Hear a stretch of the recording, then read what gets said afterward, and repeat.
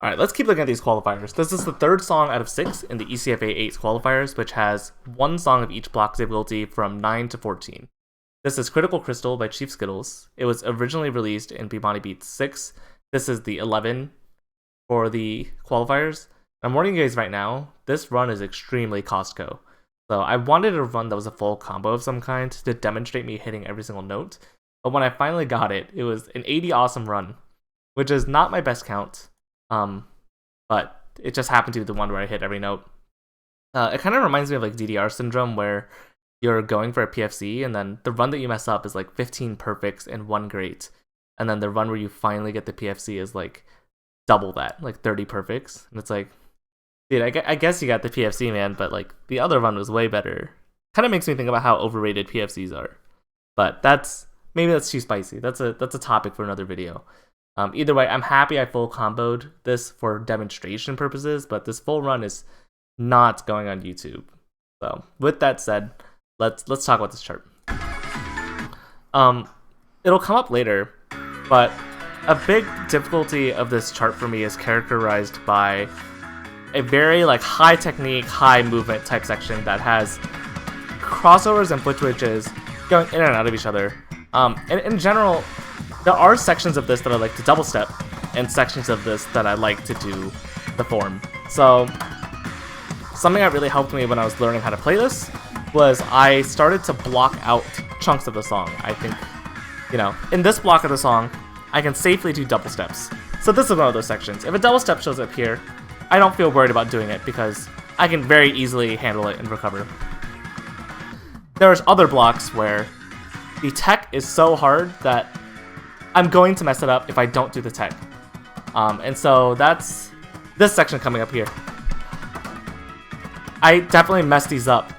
So when I hit this section, I really think about doing all the tech. But then this section, this chunk, is like double step safe. Rob Ogan's probably watching this like, dude, this whole song is double step safe. Whatever, man. And then here is also where I would normally do tech, but then I wanted to demonstrate that there is a way to double step it, so I'll talk about that later. But otherwise, I would consider this a double step unsafe section. And I think from here, there's nothing too crazy anymore. The rest of the song is what I would consider double step safe. Oh yeah, there's this grid change into triplets. There are some crossovers here. Do I do them? Nope, I don't do them. Man, this this white count is not good. Cool. Yeah, I just look at the score, like head tilt. Very disappointed in myself. Minus 307 ECFA points. But yeah, that was overall. That's how I think of this chart. Is what is the most difficult section, which is those crossovers into foot switches. I just make sure that I know where those sections are and do those things in those sections. But then outside of those sections, I just double step because that gives me personally the highest rate of success. It could be that you would prefer to do all the tech, and that's totally okay too. I'm just kind of sharing my way. So as far as like micro details in terms of how to execute this chart, let's take a look at those. That was my macro strategy. Now we're going to talk about just like individual things that mess me up. So in the beginning here, there's going to be there's this swing section coming up, but it's like pretty open swing. You can kind of look at these note spacings. They are almost like 16th notes. So if you're going to do this as swing, don't tighten up the rhythm so much. So it's really almost 16th notes. Just leave those rhythms open. There's a slowdown here that it is cued by mine. It is cued by mine. This is where the slowdown starts, but I don't remember if the other slowdowns are cued by mines. So I'll have to take a look at that.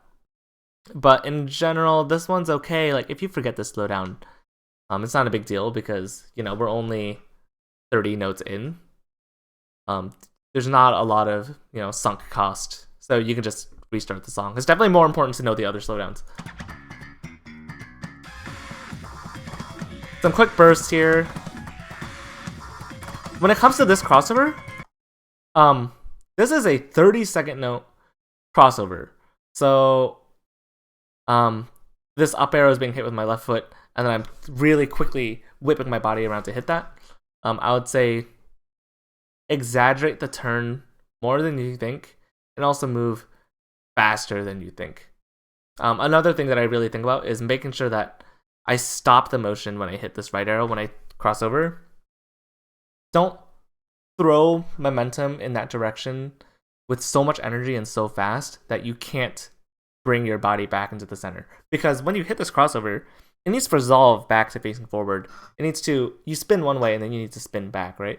If you push too hard in one direction, you're just going to lose control and then more or less like spin out. So when you think about the crossover, don't just think about how you're going to get there, but also think about the control you have to put it in and the energy you have to put in order to get yourself back. So that was a lot to say about a single crossover, but it is like a burst and a crossover. So there's a lot of technique involved.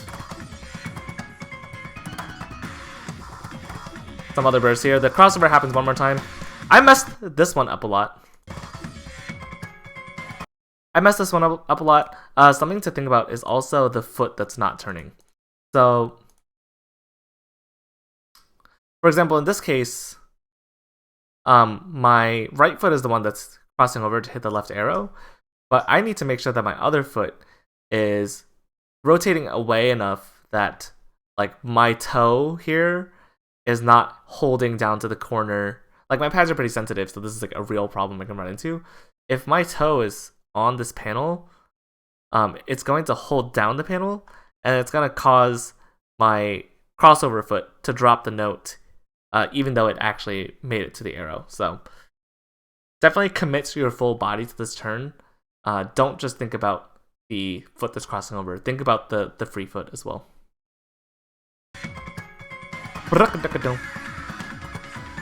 This section is double step safe. That is mentally how I put it for myself. Yeah, so like this is cued by minds too, thankfully. And so I just tap eighth notes on this. Yeah, cued by minds. Start of the slowdown and then end of the slowdown. Both cued by minds. That little zoomy, not a big deal. This section is also double step safe. So here's the start of the chunk where I do all the turns.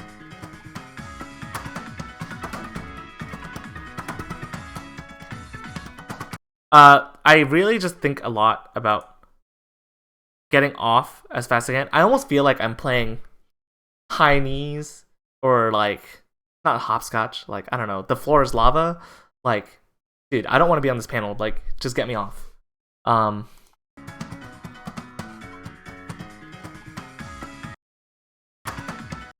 Yeah, like on this up arrow foot switch. So cross over there.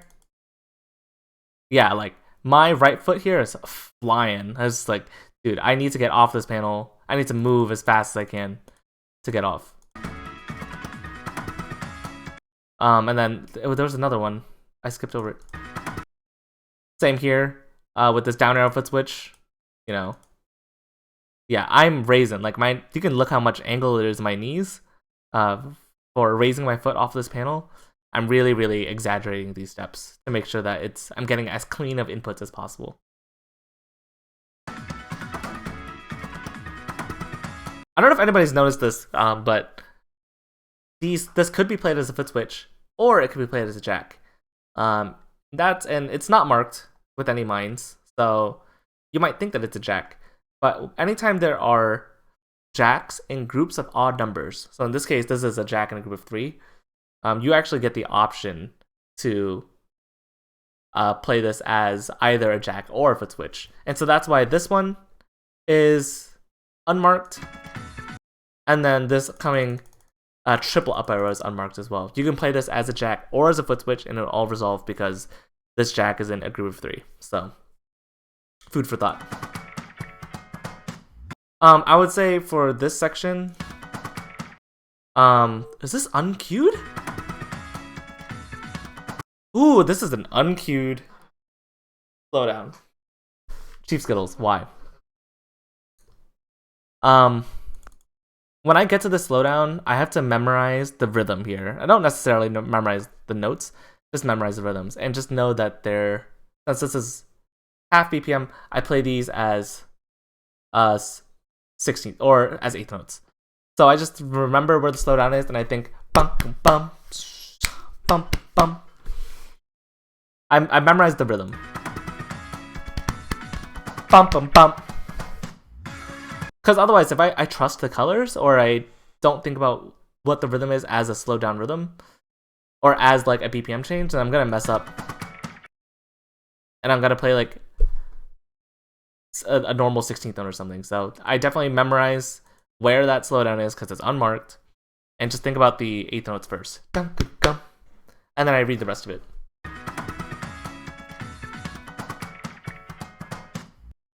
It looks like the speed up is unmarked too, but still not a big deal. You know, you gotta. ITG charts don't have to be a dead giveaway for every single thing that happens in the chart. It's okay to learn things.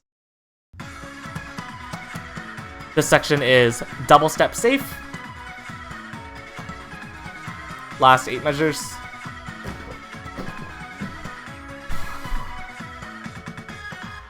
And then this section is back to what I would consider double step unsafe. But I purposely double stepped this section to demonstrate another way that I would play this. And the rule of thumb I gave myself is that if I choose to double step this section, then every single every single 2-note foot switch I do as a jack instead. And then there has to be like some finessing to do to make sure that your foot that's not playing the jack is kind of like lifted away from panels so you don't trigger the mine. Like, do I run into this problem here? Down arrow on the right foot. Yeah, so there's like a mine coming straight my way on this left foot, and I'm just making sure that I'm standing on my heels, so I'm just making sure that I'm just slightly raising my toes so there's no contact with the panel, and then you can actually get away with doing this section as double steps. Yeah, actually, let's go back. Look at the angle on this.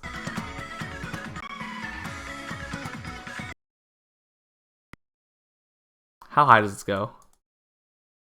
Okay, maybe it wasn't that crazy. But yeah, definitely angling my foot up.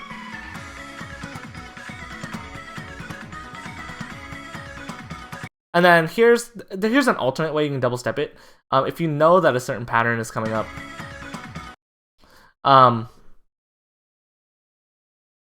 One way that's normal to double step this is that you would hit these first 2 notes with the right foot.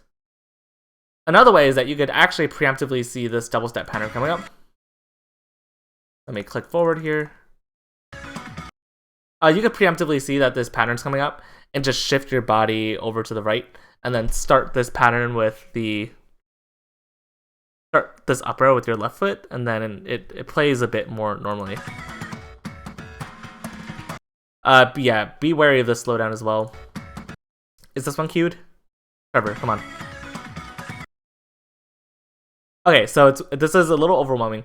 This mine cues the foot switch, which you may or may not be doing. This mine cues the slowdown. And then back to double stepping, and I'm doing every foot switch as a jack. I don't know what other notes are. There is like this complication with how this section is set up.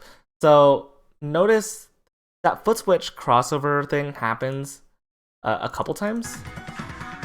Let's find the first one.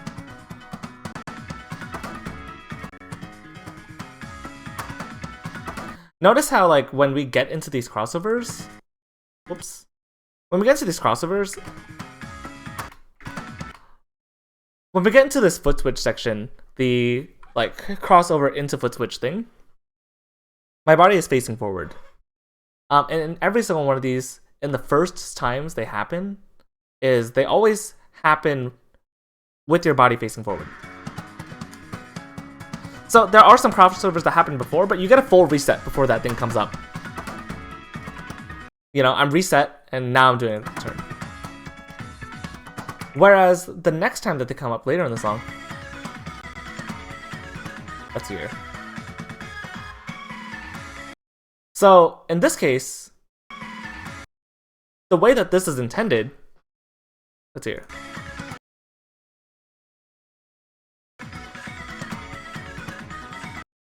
The way that this is played, there's just more turns. I don't know exactly what I'm supposed to note here. I had something constructed in my head, and it's not coming through. It's basically like the start here.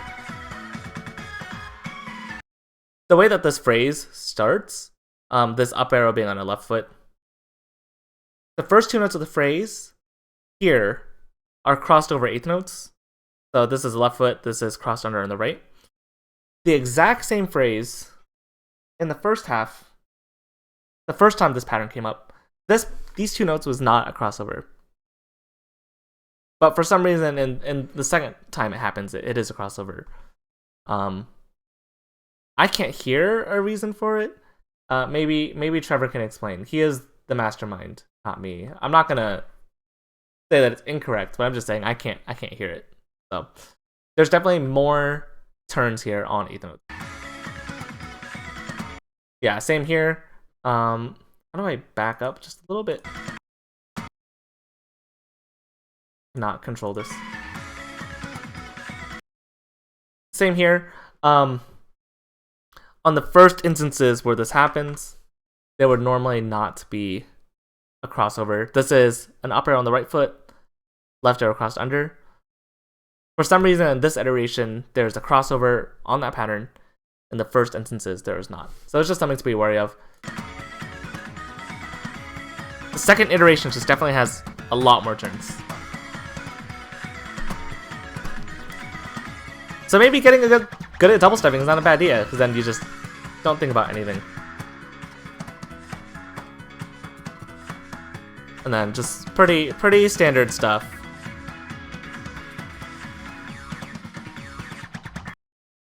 I would say when we get to this section, there's another slowdown, thank God, marked by mine. So it looks like there's just one slowdown that's not marked by mine. Really let yourself pause for a bit. Because the way that the song grooves changes completely. And I hit an early excellent because my brain is rushing.